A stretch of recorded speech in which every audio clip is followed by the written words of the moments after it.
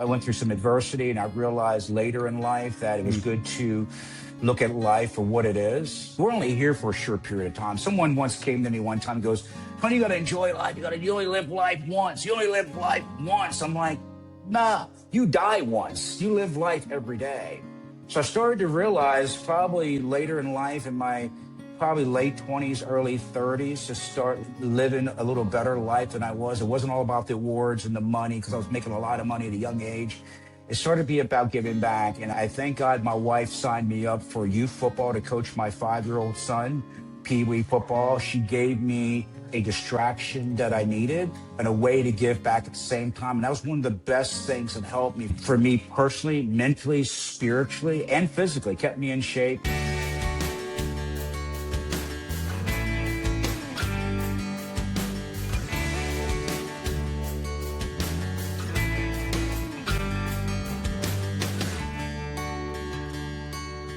Alrighty, so thanks everyone for tuning into this episode. It's a really special episode, and Tony and I were just talking before we hit record.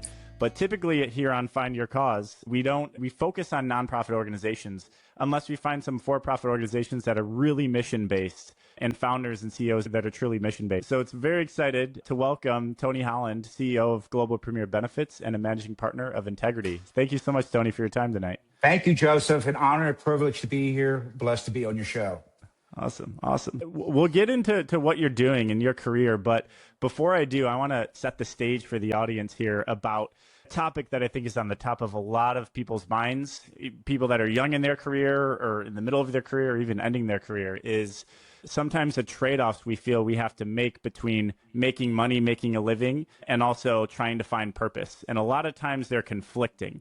One thing, Tony, that I noticed in your career evolution is it seems like you've found middle point, a balance between both of those, and have been able to carry that throughout your career. So I'd love to hear and use that as a starting point, as far back as you think you want to go of that dichotomy and sometimes that conflicting challenge that maybe you faced from an early age and how that's evolved through your career. Thank you again, Joseph, and great introduction. Appreciate the accolades. And first and foremost, I give glory to God. I've been very blessed in my life, Joseph, and especially where I came from, a single-parent household. I grew up in a town called Brunswick, Maryland. It was a railroad town. Matter of fact, our mascot was the Railroaders. And not much came out of that community. There were some really good people, and I was blessed to be there because I think God had a reason for that. All those adversities and challenges. And I tell audiences this all the time, Joseph. I went through some adversities that most kids shouldn't experience. And I remember one of my passions in life. First of all, I was very ingrained with my spirituality.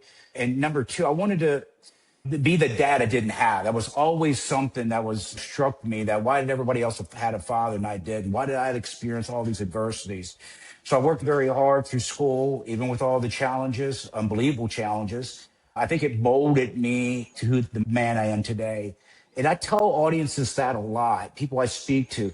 Those adversities are really molding you, just like the story of Joseph. He had to go through a lot of adversity, even being betrayed by his own family, thrown into a pit, sold into slavery. He was convicted of a crime that he didn't even do. And ultimately, he was number 2 in charge of for the country, nation of Egypt, and saved his own people and the Egyptians. So it's incredible how God puts us in positions to be a blessing regardless of what we went through. So I was blessed enough to go off to Johns Hopkins University. And I studied engineering at first, didn't like engineering, was very bored, switched to pre-med.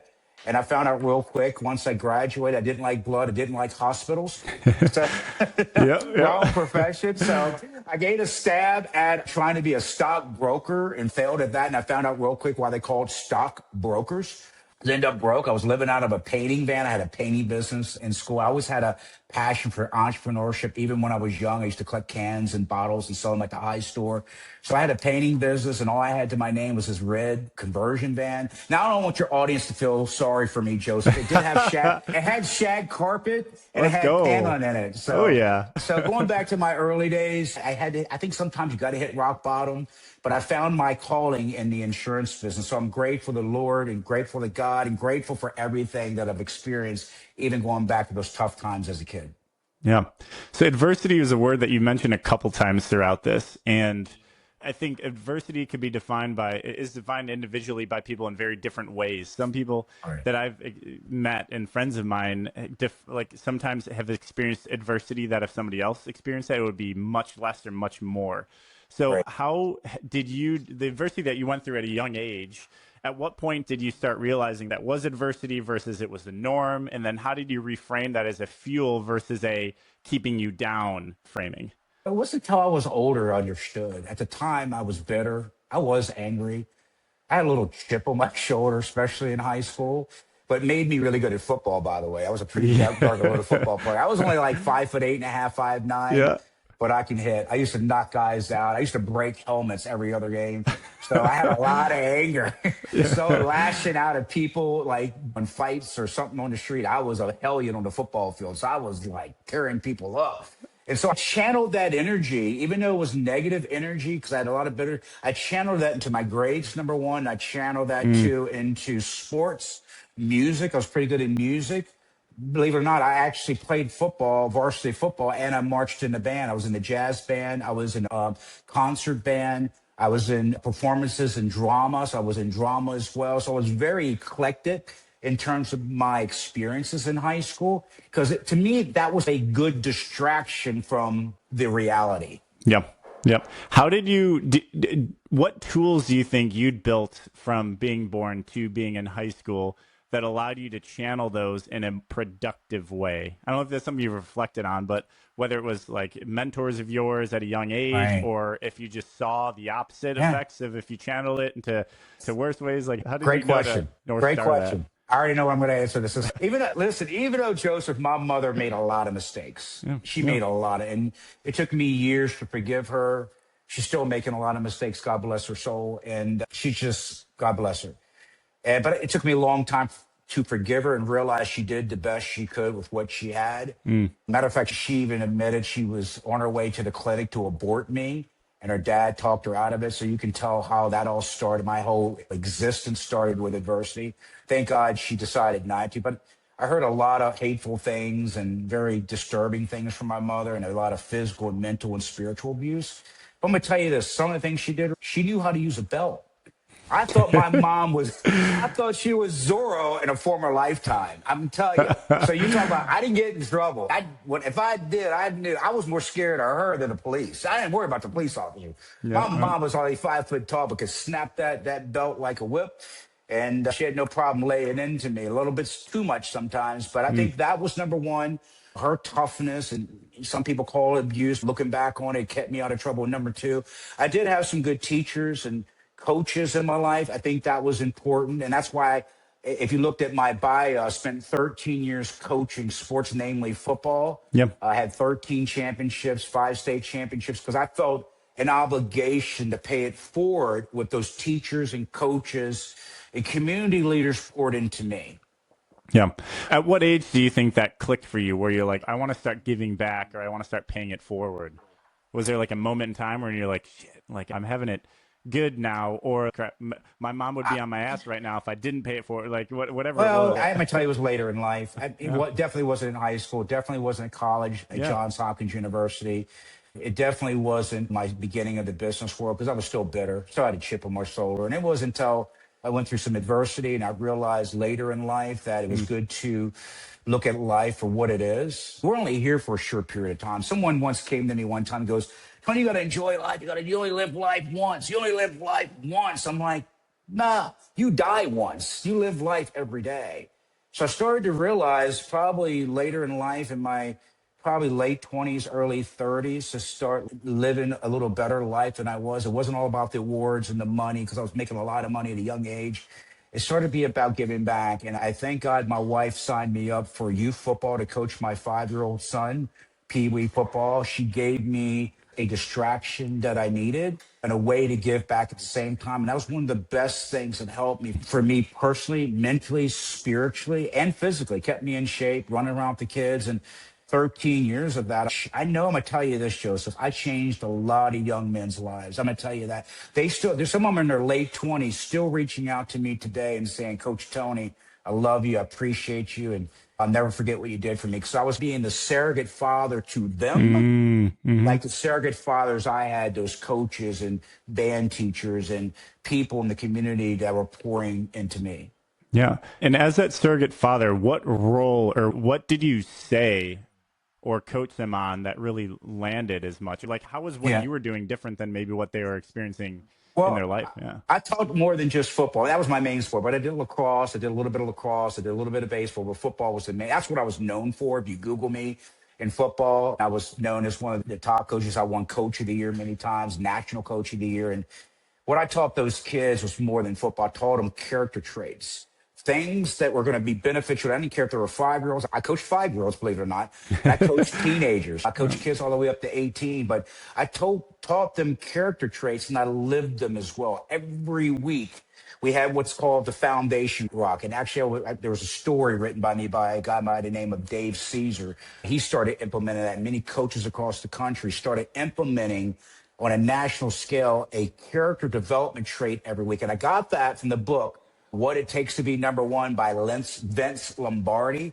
In that book, every chapter I focus on, I actually made the kids read the chapter. Yeah. And every week I give out 4 rocks with the name of that character, whether it was faith, whether it was commitment, whether it was dedication, whether it was loyalty, every week. And I applied that like Vince Lombardi did to the sport as well as into regular life. Yeah. Faith is another thing that's come up a couple of times on this call. How has your faith journey developed? And I ask this topic because I think religion and spirituality, at least, are going to have a resurgence, especially with the younger generation coming up, at least from just attendance that I've seen from areas around us in the ages. And I think there was a generation that was very anti-religion because of a lot of the history and that you can read up Politics. on. Yeah, politics. Yeah. Exactly. But think that there's a gap in a sense of community that is just ever expanding since COVID and since technology and cell phones and social media. And there's not a lot of spaces, as third spaces is another term for it, where it's not work, it's not home, but it's somewhere where you can go and hang out and be with community. And kind of religion and church is the tried and true one that's been around for a while. I'd love to hear your journey when when it started. I know you're Catholic, and I was raised Catholic as well. But let's hear that journey. I'm going to tell you something. I speak about God a lot because I know what he's done for me in my life. And I understand where people have been. And we are on a journey where there was only one perfect person, and that was Jesus Christ. And we're not him. We're going to have flaws. We're going to make mistakes. But as long as the foundation's right and you're striving for getting better. So for me, I've had peaks and valleys in that regard, but I'm thankful that I had a very strong priest when I was younger. I'm thankful my mom, another thing I was thankful for, she took us to church. I used to tell people all the time, my mom used to drug me, and people go, oh my God. I'm like, yeah, she drugged me to church. She drugged me to Bible study. She drugged me to CCD class. She drugged me. No, but I think for me, that journey has had peaks and valleys. But I always tell people this, whether it's business or your spirituality, keeps taking 3 steps forward. And when you fall back those couple of steps, take 3 steps forward, because over time, 3 steps forward, 2 steps back, 3 steps forward. Sooner or later, you're where you need to be, where you're an excellent in all aspects of your life, your business, your health, your spirituality, your family. All that it has its trials and tribulations. I've made a further commitment. It's an everyday commitment. So a lot of people say, when were you saved? Or when was that moment? I didn't have one of those, I think it's the guy on Family Feud guy. What's his name? Epiphany moments or something? Yeah, or? the Family Feud guy. What his name? Good Lord, my brain is escaping me. My God. Yeah. I know who you're talking about, though. But he had a segment. He didn't have one. Is that Steve Harvey? Yeah, Steve Harvey. God, I shouldn't know that. But he said this in one of his segments. He didn't have one of those whitewash moments where, boom, he was born again on this date at this time. And the same way, it's like it's been an everyday decision. There wasn't just one dramatic moment. It's been an everyday experience of trials and tribulations, 3 steps forward, 2 steps back. And I'm thankful. I'm going to tell you something. Every morning and every night, Joseph, I do this. And I learned this from the great Zig Ziglar. You heard of Zig Ziglar before? Yep. Zig Ziglar was amazing. And I actually got to meet him before he passed away at one of his seminars. And he taught me this, which was so profound, that Count 30 things in the morning you're blessed for. Think, even if it's your eyesight, even if it's your ears, even if you're living in a van, thank God you got a van to live out of. Be thankful for what God's given you. He'll bless you with more. When you go to bed at night, do the same thing. Yep. I've been doing that for decades now, and God has been blessing me with unbelievable success. Built billion-dollar companies. I've helped other people become millionaires. That's kind of what I'm doing, paying it for. But God has blessed me, even in the face of pure adversity, my friend. God was always there. And sometimes it's that footprints in the sand story. You ever heard of footprints in the sand? Mm-hmm. Definitely many times Joseph. I only saw one set of prints. It was him carrying me. Yeah.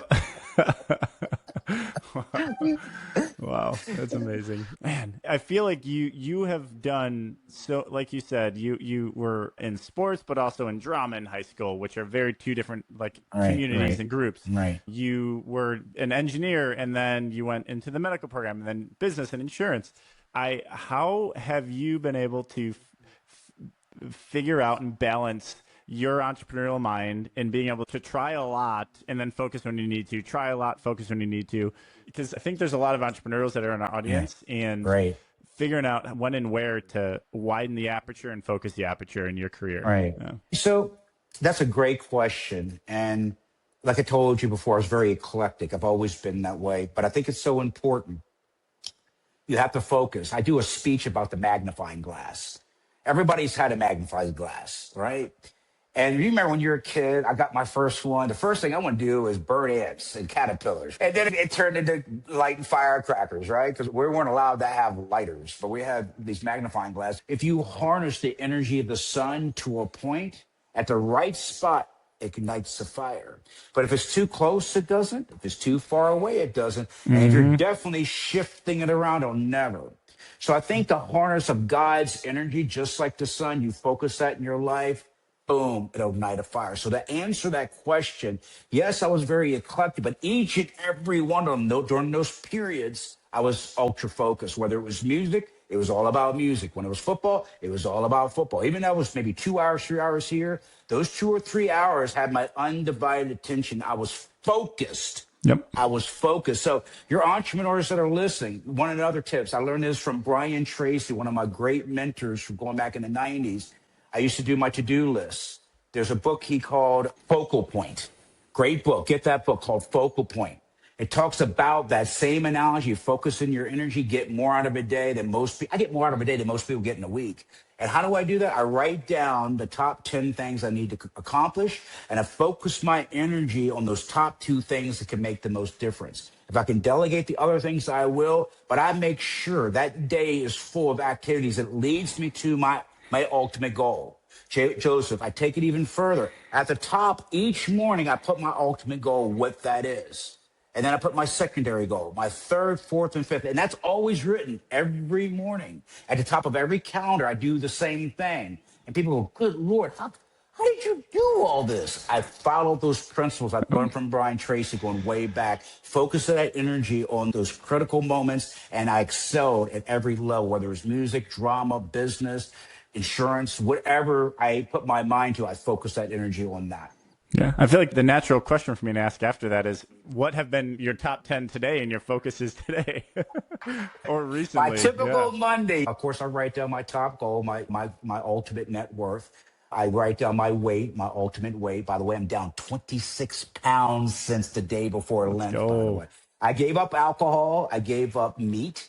I do eat fish. I do vegetables. No sugar, and I fast 16 hours a day, and I've doubled up on my prayer every day. So that's one thing that's up there. Oh my God, making sure I stick to that mission, my mission to where I want to accomplish in my life, being tops in my profession. And then I'll list the top 10 things from. A lot of it's just taking calls. Sometimes it's putting out fires. Sometimes it's connecting with the attorney. I kept connecting about a new business. So I have multiple businesses now, about 8, I think I'm on now, working on number 9. Some of them are startups. I have 2 private equity businesses. I have 3 AI companies, working on a 4th. I have a sports franchise now. I don't know if you knew about that. So is that Orioles? Orioles? Baltimore Orioles. Minority share owner. I load a little piece. But it is. Wow. And all right, so being able to focus in, and it sounds like commitment. Like once you make a decision, commit to it and see it end to end. And Joseph, I want to add this too. Yeah. You got to have a team. It's not on me. Like those championships, it wasn't, yeah, I got all the awards and accolades, but I had a great staff of anywhere from 6 to 8 assistant coaches. I had great parents. So I got to give them their props. And in the companies, I got great CEOs. I got great business partners. I have great leaders that I'm associated with. I have an amazing team of people that I love and that love me. And that's one thing I lead with is love. And I tell people that. They think it's kooky or crazy. I'm like, no, we love each other. I tell them there's nothing wrong with a man saying to another man, I love you, brother. We do that in our company. That's one thing. It makes us different than anyone out there. We tell our brothers in the business and even the women in the business, we love you. You're awesome. We appreciate you. People know it and they feel it.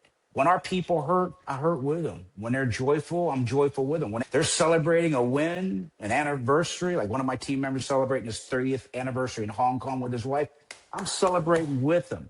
Okay. I think people have gotten too caught up in business, worrying about numbers and bottom line and revenues and cutting costs.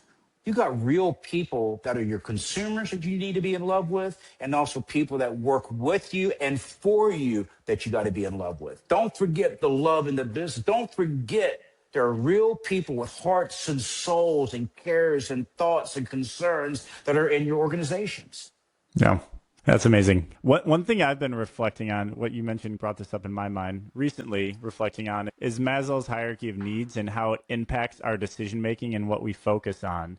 I'm trying to connect that to, you've mentioned that you had a chip on your shoulder decently late at the beginning of your career, after college, after high school. Yeah.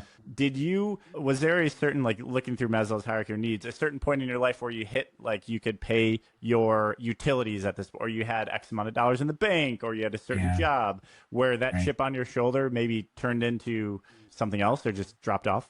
I'm going to tell you, it started to change 2 years into the insurance business. I was the first person in my family to make over $100,000 a year. So in 1994, I made $124,000, finished in the top 10 at a company called American Income Life out of Waco, Texas. But it wasn't, and I had a big ship, bought the Corvette, got the condo, the nice Italian clothes. I was the man.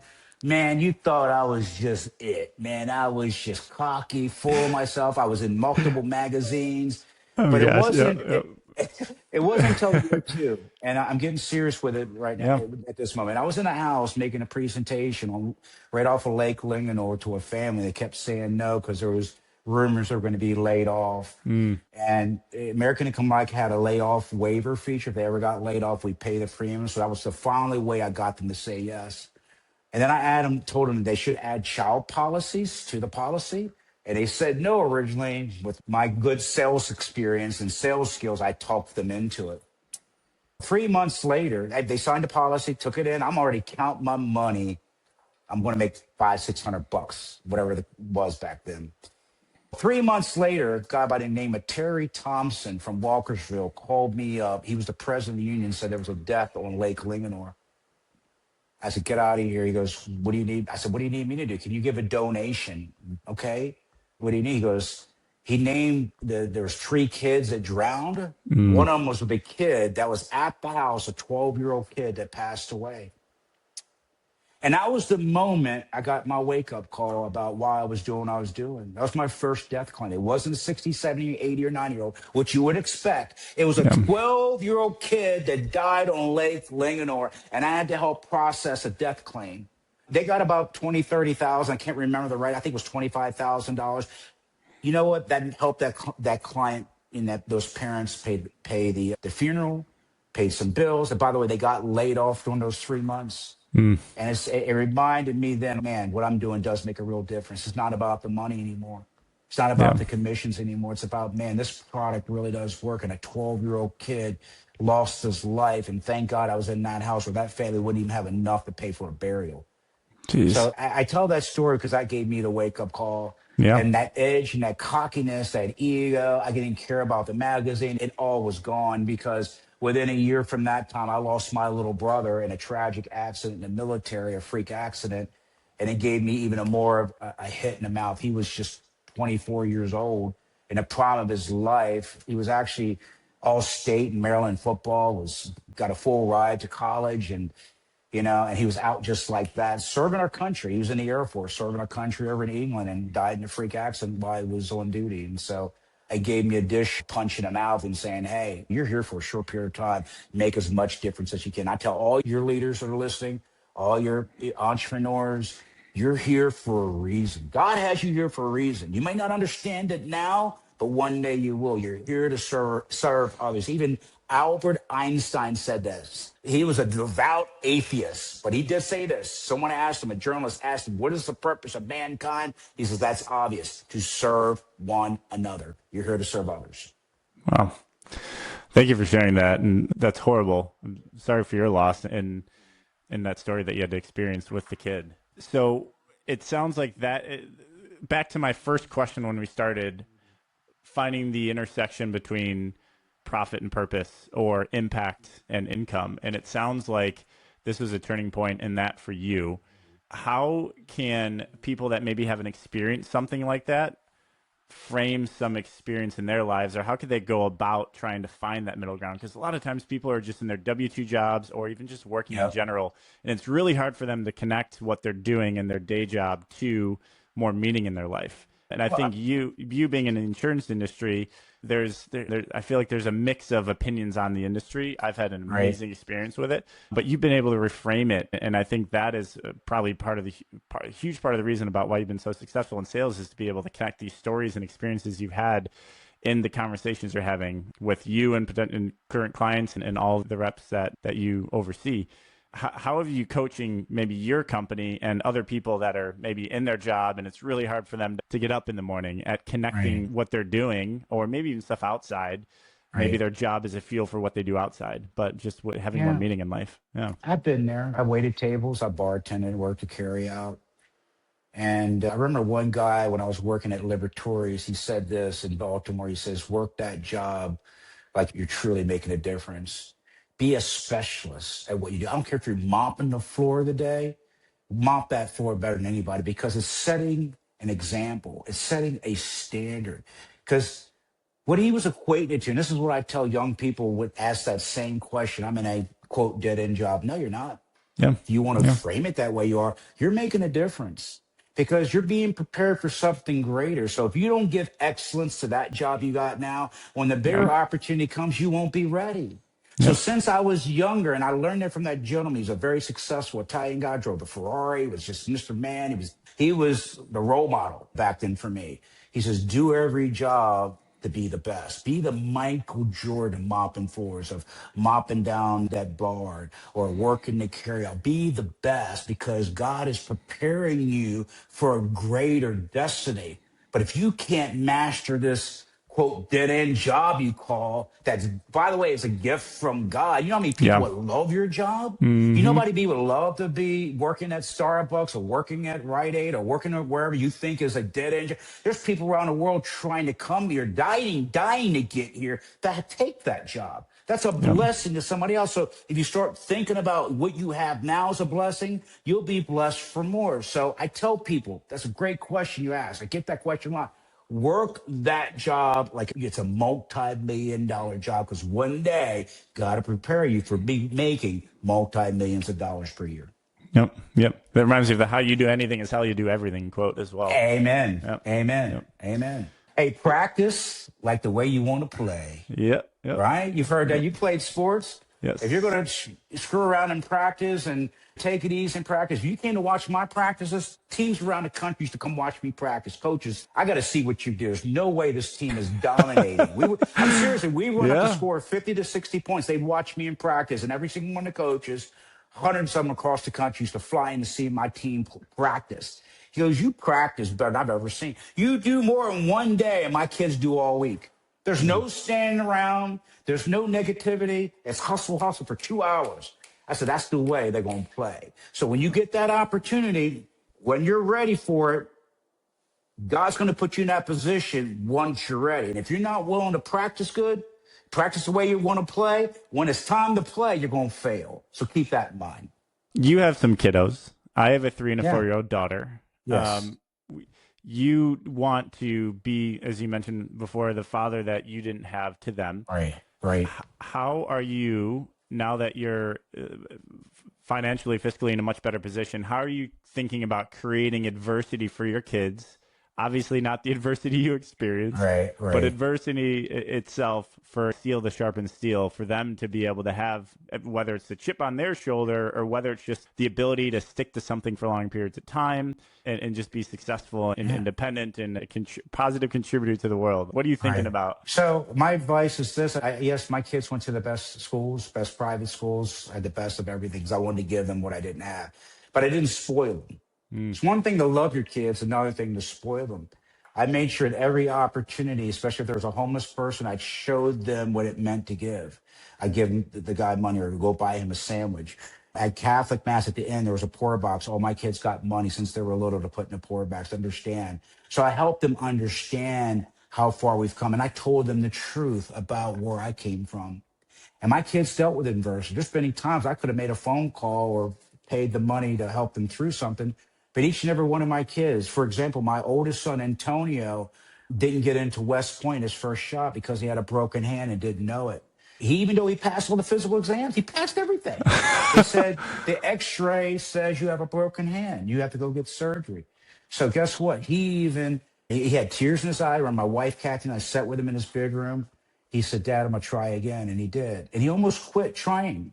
He went to VMI instead, showed his commitment to our country. Second time around, he had to reapply and he got in. And actually was a number ranked recruit, the number one ranked district of the DC, Maryland is the number one district. He was number one. That was a blessing from God. His adversity of not getting in turned into be a huge blessing down the road. Now he's a pilot. He flies Black Hawk helicopters. And my middle child, Jeremy, went through adversity. He didn't get to school of his first choice, but he got into an even better school and got a scholarship. So he wanted to go to Villanova. That didn't work out. We wanted to go to a Catholic school. He ended up going to Kelly School of Business and got a scholarship. Isn't that amazing? And Wow. now he's getting ready. He's getting ready to graduate in 2 weeks, and he's got a job already at Deutsche Bank, his dream job. But he had to overcome that adversity of getting rejected. So our kids have been taught, and our daughter Jasmine went through some adversities and a lot as a teenager, as a young girl during COVID. So our kids have already been conditioned to adversity. We didn't spoil them through adversity. We allowed the adversity. We helped them and coached them through it.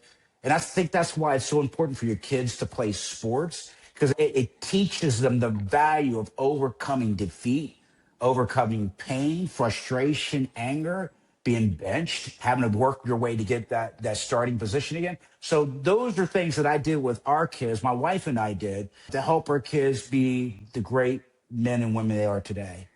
Yeah. Thanks for that advice. My kids have a Sure. few years ahead of them, but yeah, this is going to be very helpful. Impact and legacy. What's the next chapter that's been written or that you're writing for yourself?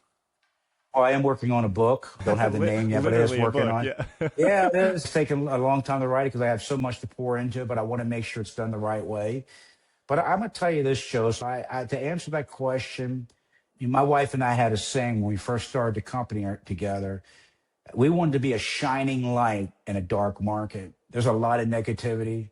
There's a lot of challenge. You said something earlier about a lot of people are coming back to the faith. There's more people becoming Catholic than ever. Matter of fact, my son Antonio, his serious girlfriend, he sponsored her to become a Catholic. I think that's amazing, totally amazing. And I think there is a revival. There's a spiritual revival. And I want to be part of paying forward something excellent, something good, to be that shining light and amongst all the nonsense, the politics and the evil that's in the world. Whoever thought, Joseph, I don't want to get into politics, but there's some things that are going on in politics. Whoever thought that in the 70s and 80s we'd be debating about if a man or woman should use what restroom or men could play. It's crazy. It's craziness.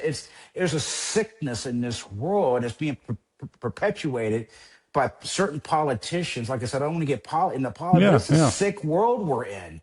It's crazy what's going on. And it's sad to see these young kids not only being abused by their own mom and dad, but they're being abused by the system like I've never seen before. And that's part of my mission, my wife's mission. And what I'm about. I don't care about being PC. I'm going to be professional. Yeah. I'm going to be diplomatic about it, but I want to be different than what these kids are being shown in social media, on TV. And you see these women prancing their bodies around just in a total vile way. You got young men out there that don't have any direction. And I think we need good men and women leaders out there to show these young people the way they should live, the way they should carry themselves, the way they should speak. It's like this kid, Mendoza. What a class act.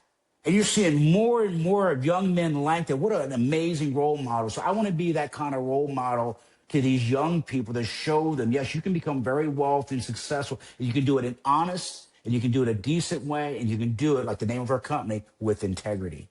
Yeah. And if you could crack the code about what allows us to have conversations and not just spit comments through, I guess, behind the scenes Twitter feeds and anonymous posts. That's another puzzle we got to figure out, is just being able to talk. Well, Joseph, I'm going to tell you what's going on. Yeah. I'm sorry to interrupt you. I'm sorry, Joseph. It's your show. I'm sorry. No, that's but it. Yeah. But I'm going to tell you this, Joseph. Your listeners need to hear this. I hope you don't edit this out. It's all by design, by the way. They're polarizing people by design. If you go back in the way countries were conquered, going all the way back to the colonial times, like, for example, Britain, they conquered a country of India with 700 guys, conquered India with over several million people. They divided the people. They had the Muslims hate the Buddhists hate the Christians hate the Jews. And then they divided the company in half. They created Pakistan and India, and boom, and had them fight each other for years. Yep. While the powers that be control what's going on. And that's a whole trick that goes back hundreds of years.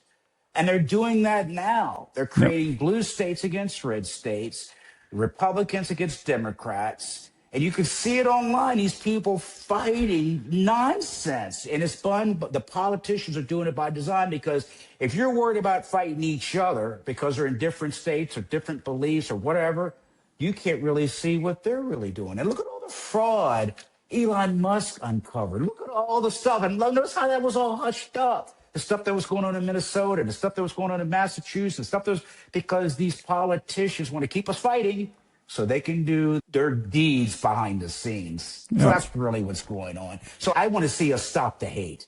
Love your brother, love your sister, love each other. We can overcome what's really going on together, because together we're united. And it does say on the Constitution, it's headlined, "We the people."